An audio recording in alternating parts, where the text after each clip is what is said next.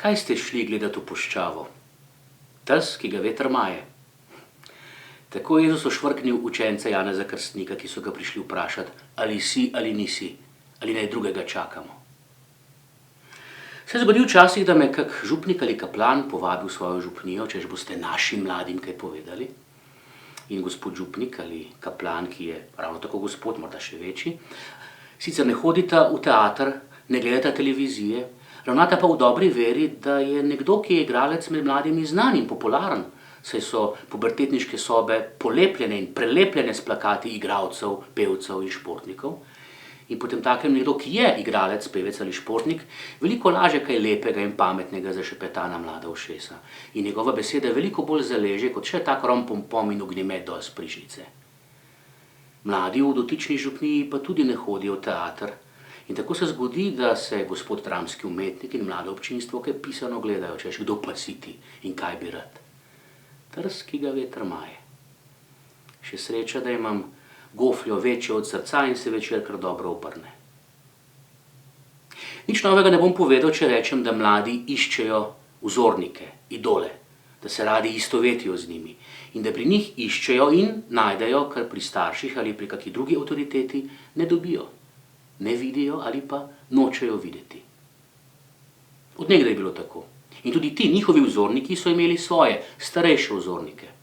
Me pa skrbi, ker so vzorniki zmeraj mlajši in se bojim, da bodo mladi kmalu vzor sami sebi in tako ne starost, ne izkušnje ne bodo nič veljale.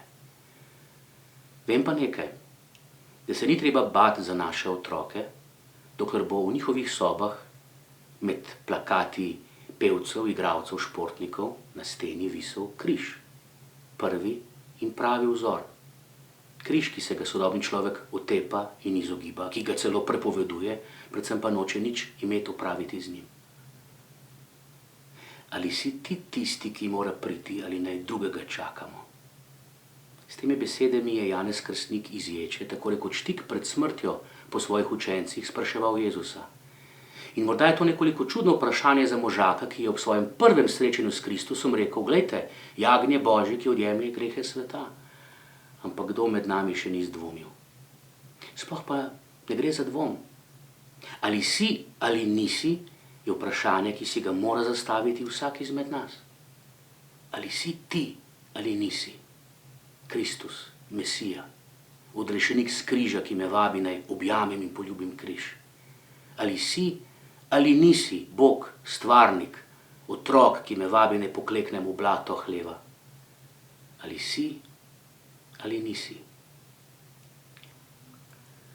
Jezus odgovarja, slepi spregledujejo, hromi hodijo, gobavi so očiščeni, mrtvi obujeni, ubogim se oznanja evangelij in blagor tistemu, ki se ne spotakne nad menoj. Moja duhovna slepota, moj strah me hromi, me zastruplja, me ubija. Potreben sem odrešenja, a se vseeno upiram, ker je najtežje sprejeti spoznanje, da ne zmorem sam, da nisem sam sebi zadosti, da potrebujem nekoga, odrešenika. Čakam, da pride že kdorkoli, da stopi po prstih k meni in mi dvigne trepalnice z oči. Mrtve so te oči, preveč so videle vsega, le malo, v kar so verjele. Tako piše pesnik, partizan, Ivan Minati v svoji pesmi, ki jo berem v vsakem adventu. Pridi že neznani. Glej, bojim se praznine in teme, golta me, požira kot močvirje, ne morem premakniti stopal in nikjer človeka.